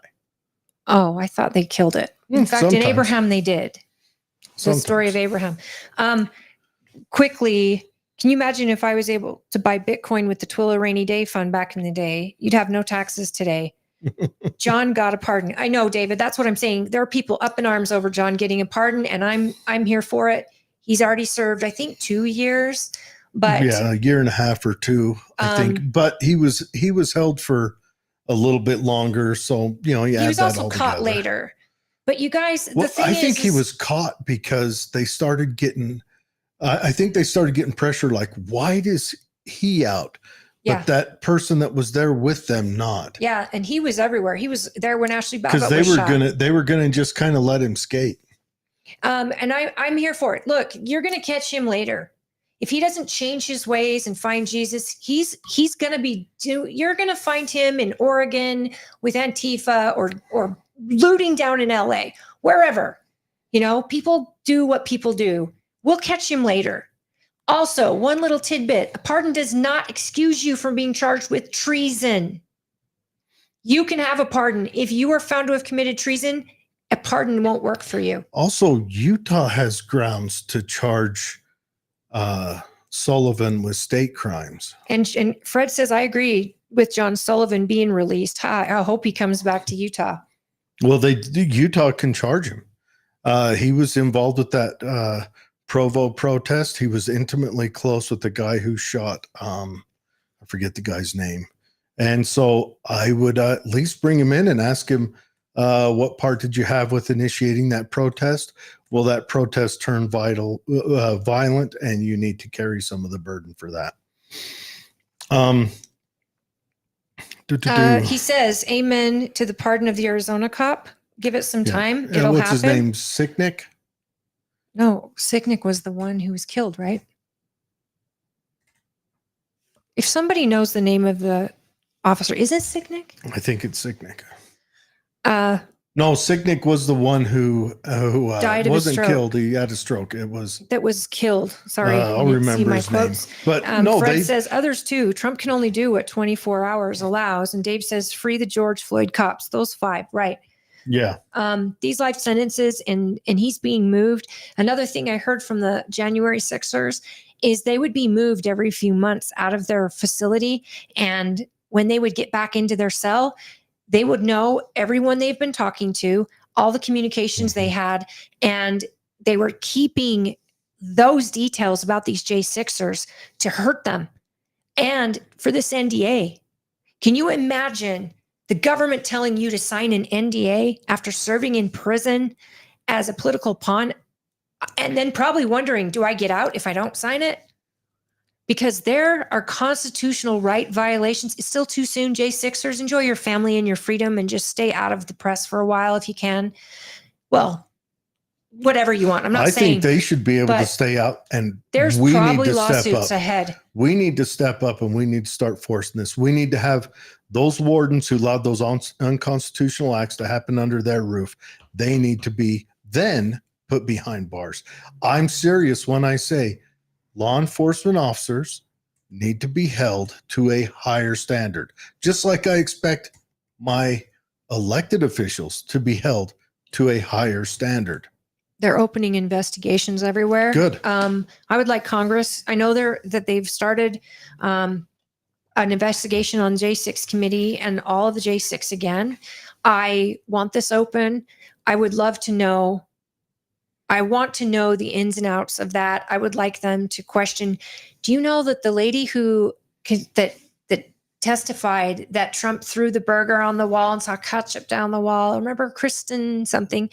Was she the one who said he tried grabbing the steering wheel of the limo? Yeah, he became like the Hulk and decided to take on two guys. When there's like a barrier between him and the driver. So Congress is talking about calling her into committee. Yep. And Mike Johnson said, we can't do that. We're not going to do that because to depose her, they would, and I say Mike Johnson, depose her anyway, they would be pulling her texts, and what would they find? Sexual inappropriate texts from electeds up in DC to her. Do it. Do it tomorrow. Expose it. I don't care what party they're in. I want them all to be like, yeah, I'm a perv. Okay, so we do have to run through these. TikTok extension. Trump won over the teenage girl. Okay, but I don't like that either. I don't want the federal government owning businesses. I get if they're going to charge for a permit to work in the United States. I get that. I like that they're going to have the United States running TikTok now. Essentially, 50%.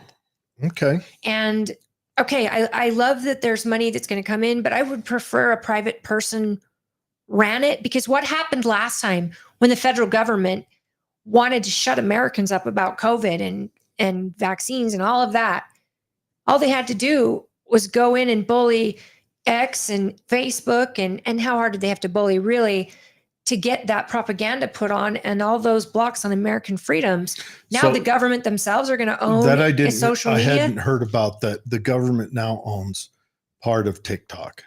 But what I'm saying is he just won over the teenage girl vote. He ran over also. He also got a ton of young men. So that 15-year-old came in clutch for him in the election by 36 points. Well, that, and also the Democrats have been selling young men out for however long. I mean, the Democrats hate teenage boys because, they're just bottled testosterone. It's true. They've driven them out. They've driven them away. And you know what? Yeah, good on them. And Joe Rogan, I mean, all these different places people are going for content. TikTok's a big one. Trump even said this could be worth $1 trillion. It has kind of changed. TikTok's a little different now that it's back. There's a ton of business owners on TikTok. I don't have it myself because I don't care. Hey, I like TikTok. I've become a teenage girl myself. But if the federal government tells China, in order to run TikTok in this country, it must be run by Americans, an American business. If it's the federal government running it, I don't love that, but charges them 50% of their income because they're taking a ton of income out of American citizens who have their businesses on there. And if you have that block between, privacy, just like there is at Facebook, I mean, as much as at Facebook or X, on an American company, at least you have someone to try if they violate your rights. So this one I'd like to know more about the actual deal, because it's only been a little bit. But I know TikTok nothing put about the on deal. there that next day when they said TikTok is going to be down for a minute. We are working with President Trump. And then the next one was, thank you, President Trump, for helping us get this worked out. How many TikTokers had to eat that sandwich? I don't know, but I do know that, man, he just won over a bunch of teenage girl votes and probably teenage boys. A lot of leftists. Yeah. Well, I mean, I'm seeing the leftists come out and go, well, Trump got his TikTok back. I guess I owe him people who are thank you. Naturally on the left, and then you've got the crazy people. We'll let the crazy people, they're not going to come back. Sorry, I usually refer leftist meaning the extreme left. I should be more clear. Sorry. Redesignating the Houthi rebels in Yemen as terrorist organization. Why wasn't that done before? They had fired on U.S. naval ships. We have actually done a couple of lead exchanges with them. They need to be considered that as of right now. They attacked our people while we were building them a pier so they could get resources. They should have done that. Now the Houthis aren't in Gaza. The Houthis are in Yemen. It's a whole to do. Anyways, ensuring government agencies do not unconstitutionally abridge the free speech of any American citizen, highlighting what Trump and his allies considered censorship under Biden. That's the First Amendment, folks. That needs to be something that if a government official is found to have, or in the future to have pressured the abridgment of the First Amendment of any civilian, that government person forfeits their job and possibly catches some charges. But I think right then, a civil lawsuit. Right then, forfeit of job. You're sorry, you're fired. Sorry, there's nothing. We need to make it so it's biting and immediate. You see, you need that ability to fire federal workers, the one he just implemented, in order for this one to work. Yep.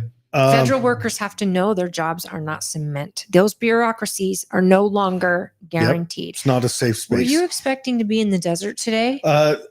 Katie brought me a coffee and a Red Bull, a coffee, a Powerade. Is the water for me? This was in here before. Thank you. But she brought me a coffee before we fired it up. You are spoiled, man. She said, yeah, let me get a big one. And they deliver it by the pound. Okay.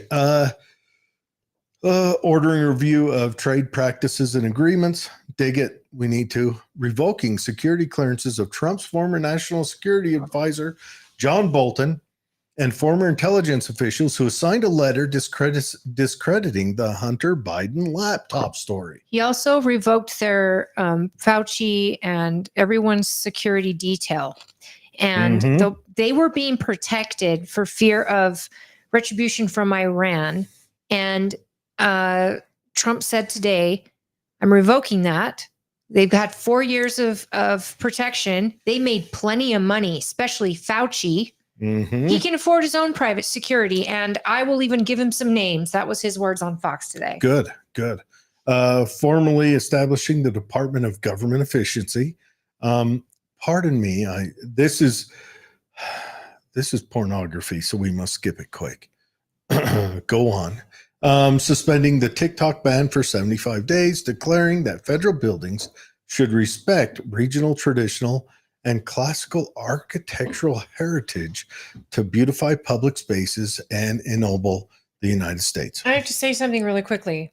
Milwaukee's when I was there for their building and everything, their buildings were built by Germans who came over and built these buildings that look like buildings out of Germany that have been around for 1,000 years. Like gorgeous the Alpine buildings style. They're just very colonial, and you can see like the little gargoyles, and these blocks are enormous. They're the size of a football field. These buildings go Salt Lake City blocks. They're the entire building is like a block, but they're beautiful to look at, like our Salt Lake County building in Salt Lake, or the Capitol in Salt Lake. Yep. What he's saying is, let's bring this back, because they've been making the ugliest communist style buildings known to man, and they're so expensive. And that's what the government has been doing. Now, that's what they do in Russia. But it'd be great if we didn't need so many government buildings. Oh, that's a really...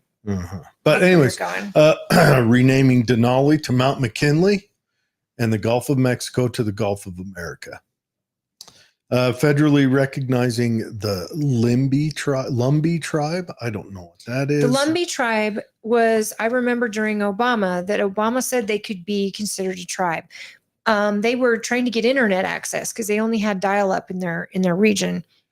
The Lumbees were given the ability to call themselves a tribe at that point, but they were never given any federal assistance or any federal acknowledgement Where are they at? where they could be independent. I'm not sure what state. Okay, you go ahead and keep talking about it. But what they ended up doing is they weren't getting recognized federally. So Obama says, yeah, you guys are a tribe and you get all that, but they haven't been getting the recognition. So they're trying to get the money. For Native American services, they weren't given any. Honestly, all right. Message to the Native Americans: you guys need to just become U.S. citizens and function as cities in the U.S. because as long as you're under the Department of Indian Affairs, you'll have to go to them to open a business. It's another layer of regulation. I don't care if you get free money from the government. I don't know if you guys know this, but reservations are very sad places. They know that. But what if they wanted to become states instead of cities? So state, city, Let them I be don't care. states. Make the tribes have whatever their own you want to do. states State, city, county, special areas. Become a nation, but get out from under the Department of Indian Affairs. They've been holding you back.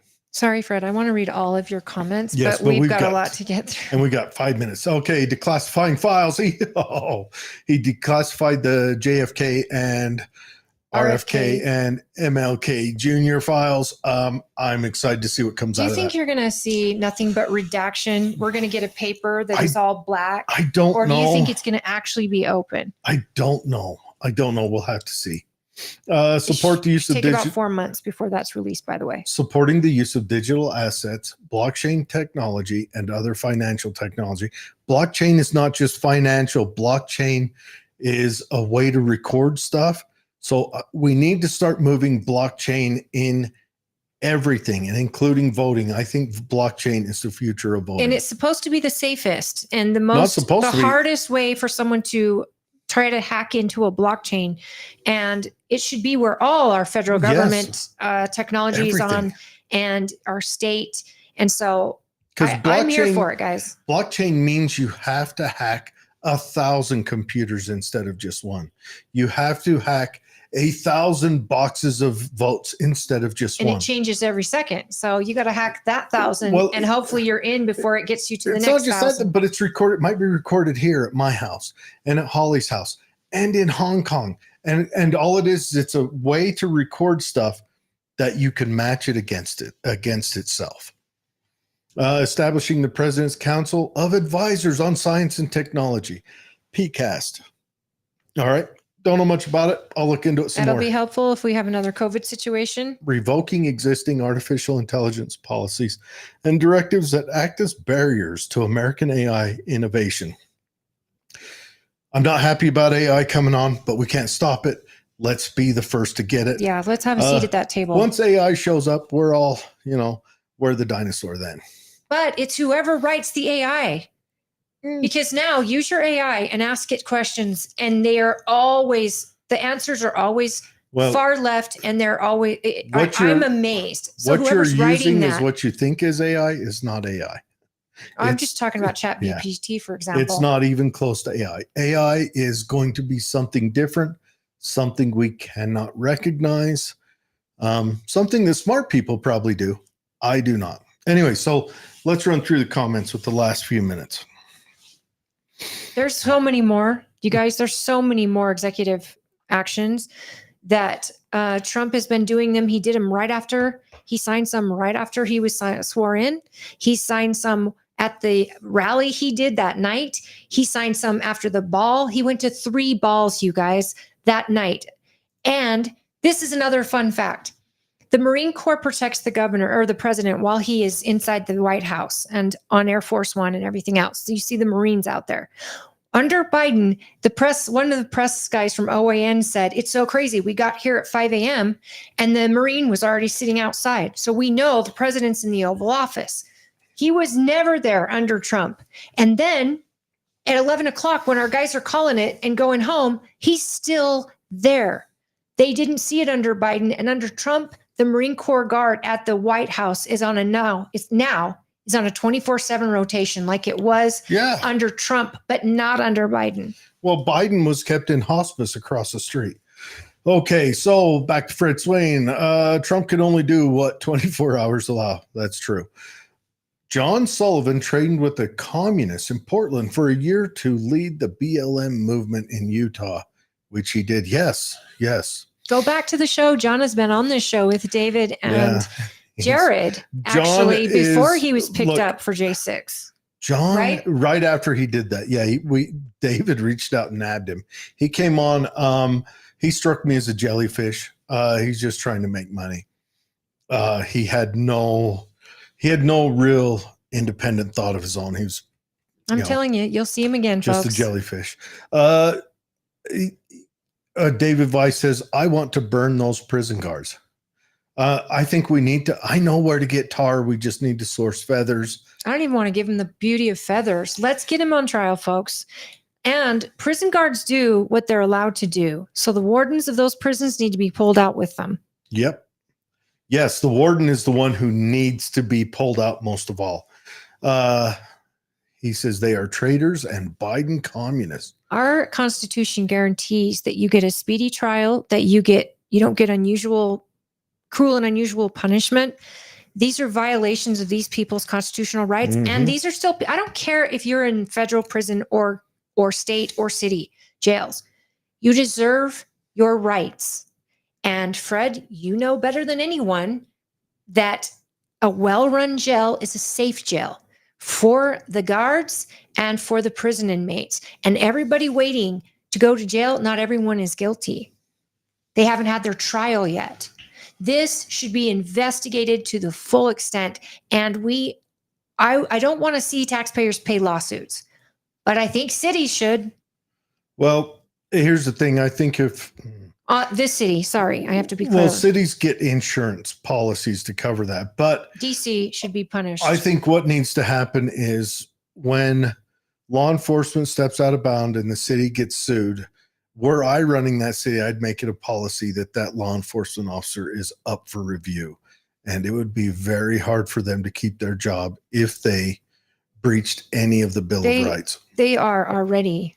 If there's that's a tough one. If there's an accusation against the officer, they have a review, and it's usually with a paid leave. And if it's a shooting situation, and usually cities pay out even if the officer had a justified shooting situations, I'm a little different on.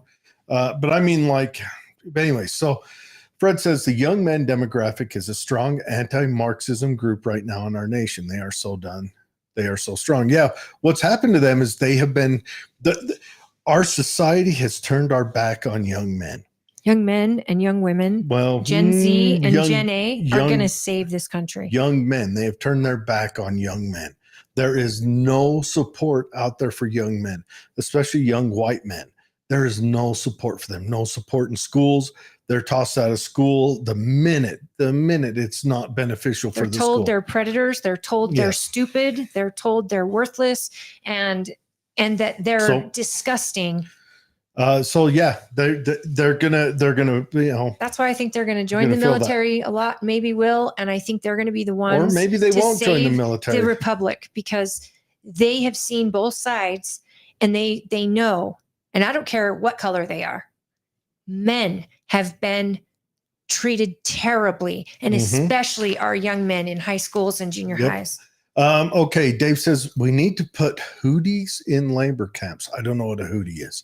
I think he means the Houthis or whatever from Houthis. Oh, the Houthis. And I don't like labor camps. That just is a bad. I'm trying to avoid any ideas, especially while we're doing this roundup of criminal aliens. Houthis are labor camps. They're in Yemen, so they're already in. I mean, a labor camp would be a step up from Yemen. Yeah, that's kind of like a hotel resort. Yemen is the poorest, worst country on earth. The number one killer in Yemen is cholera. Everyone drink that in. That means there's poo in their water. Fred says, I have a strong opinions about the Fourth Amendment and the Second Amendment opinions lately. I have realized how critical we maintain our First Amendment rights.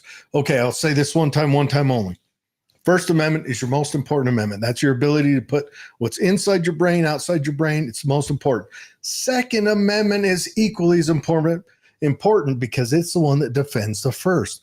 Fourth Amendment is just an expression, a further expression of your First Amendment. Therefore, the Second Amendment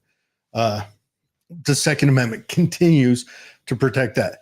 The Second Amendment, it carries its importance because, one, it's how you're a citizen. A government that trusts its people with the means to overthrow it is a government I want to continue to have. It's a better behaved government. Now, really quickly, if you're not practicing your Second Amendment, you are falling short of what you need to do as an American, as a human, as a thinking being. And this is for you leftists too. It is the ultimate expression for you to have teeth to defend yourself. And that's defend yourself against intruders, against an ex-boyfriend, and against tyranny, a government that has gone awry. You need to practice that. And if you are afraid to, call me. I will walk you down that path and I'll get you started. The Fourth Amendment. Here's the thing.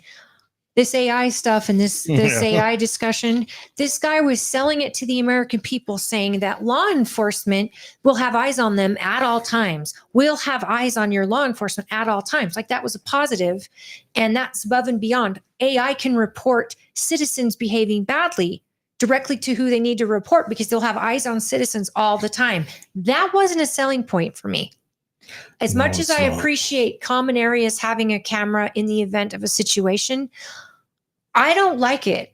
I feel like it's intrusive, and I like my law enforcement officers to have a body cam on them. And I like that people can film law enforcement with their cell phones anytime they want because they're the American citizen and it's their rights that should be at all times protected.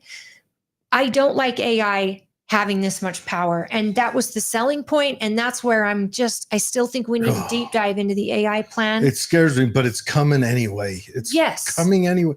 And what scares me most about AI is its ability to replace us in our day-to-day lives. Okay. Fred says, look at the ugly but federal court building in SLC. God bless our sheriff who runs our jail. He is the best and beyond reproach. Our sheriff is a fantastic sheriff. We are a lucky few. I had him on, asked him a question.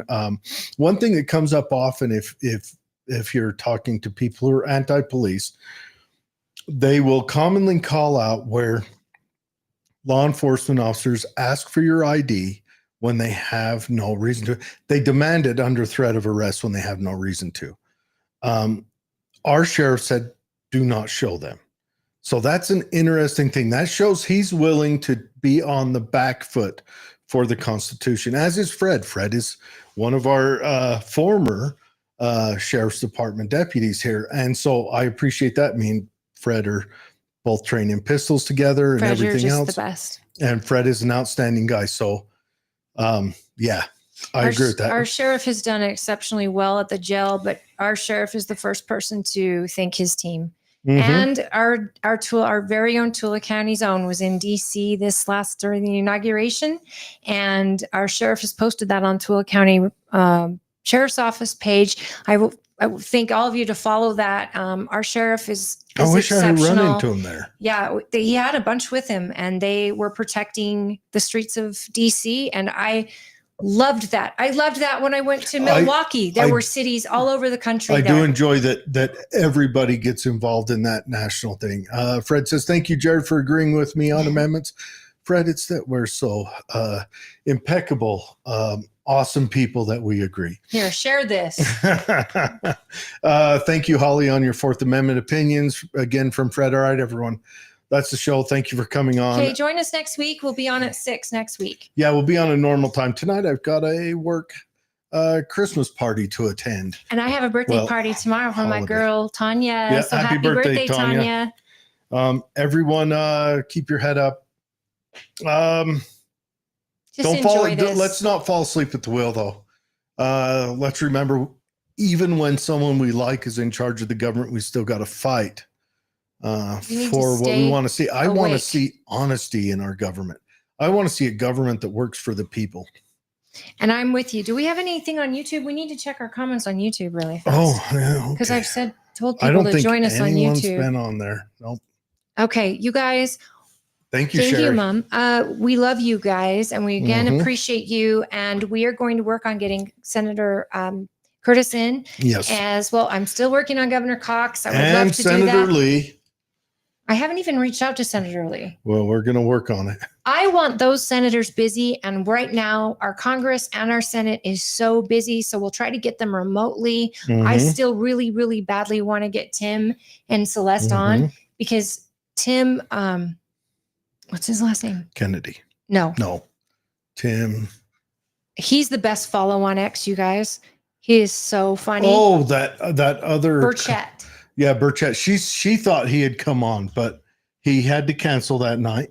And she said she's going to work on getting him on. And you guys, he's the best follow on X. So go check out Congressman Tim Burchett and follow Celeste Malloy and follow all the locals, because you guys, if you just have to talk to him. Right now, Nicolene Peck is got a Nicolene Peck website. What's her Facebook page? Representative Peck. She's been on the show a few times.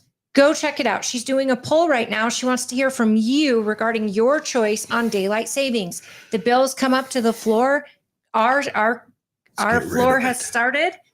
Our local government is doing oh my gosh, what is that word? Session. It was in my mind. Session has started. Expect to see. And she's got this in front of her. She's got to make a vote and wants to hear from you. Yes. So if you want daylight savings to go away, let her know. If you don't, let her know. If you don't, consult your doctor. There might be a medication for you. I don't care either way. What I do. I don't understand. Like, why don't we just start school later on the days where it's going to be too dark? Like, isn't it they're trying to maintain sunlight? That's the whole point of it. I don't care. So why save it? Just make it go away. And if you want to keep it, I don't want any more time spent on it. Yeah. Make a decision. This comes up every year, and there's 10 million things they need to make decisions on.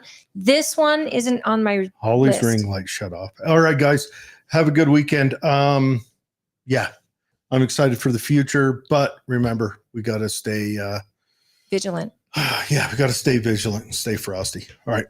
We love you. Yes, changing the time twice a year is nuts. It's a happy new year, folks. It's a beautiful time to be alive. So let's enjoy it. Yes, it is.